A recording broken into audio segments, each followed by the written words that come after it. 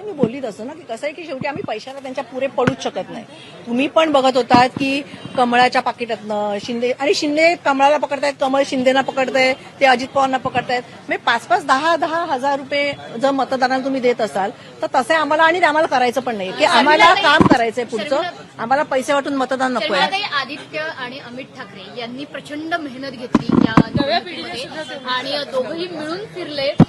त्यांच्या सगळ्या मेहनतीला एक यश मिळालंय असं वाटतंय का? आणि इथून पुढे मी त्यांना जसं तुम्हाला आई म्हणून बोलली काय तसं करणार की आहे? 0 आणि 20 ह्याच्यावर आम्ही इथपर्यंत आलेलो आहोत.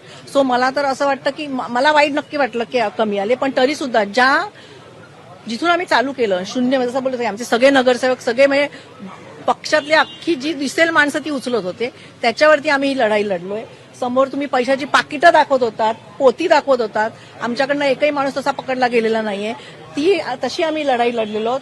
सो मला त्या दोघांचाच नाही, सगळ्या आमच्या कार्यकर्त्यांचा अभिमान आहे की काहीही नसताना हातात ते लढलेत आणि जिंकून आलेत. बऱ्याच काळानं शेवटचं म्हणजे साहेबांनी एक पोस्ट लिहिलेली आहे ज्यात मराठीचा मुद्दा पुन्हा अधोरेखित केला, पण धनशक्ती आणि सत्ताशक्तीच्या विरोधात आपण लढलो, याचा सुद्धा कार्यकर्त्यांना त्यांनी शुभेच्छा दिलेल्या. त्यावर तुमचं मत? पण ते बरोबर आहे, ते मत काय देणार मी साहेबांच्या कमेंटवरती? बरोबर आहे ते मत, मी आता ते व्हायरल करणार सगळीकडे. बऱ्याच काळानं पायरीला गुलाल लागलाय घराच्या. तुम्हाला औक्षण करायला खूप मिळालंय. खूप खूप आनंद वाटला, खूप आनंद वाटला मला. औक्षण करण्यापेक्षा आमचे लोक निवडून आले, ते लोक आणि काम करून निवडून आले. मी प्रत्येकाला सांगितलं, कारण मी प्रत्येकाच्या ठिकाणी कामाला जाते.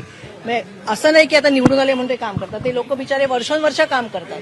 सो ते निवडून आले म्हणून मला जास्ती अभिमान 20 आहे. वर्षानंतर ठाकरे एकत्र आलेत. ही निवडणूक महत्वाची होती. अनेकांनी म्हटलं की पहिलं भाषण कोण करेल, यातनं वाद होतील. एकदाही कुठलाही वाद समोर आला नाही. घर जुळून आलीत, मन जुळून आलीत. आता मराठी माणसाने कौल सुद्धा दिलाय. इथून पुढे एक चांगलं आहे. इथून पुढेही एकत्रच राहणार. इथून पुढेही आम्ही एकत्रच राहणार. आमचं कुटुंब पहिलं आणि नंतर सगळं नंतर.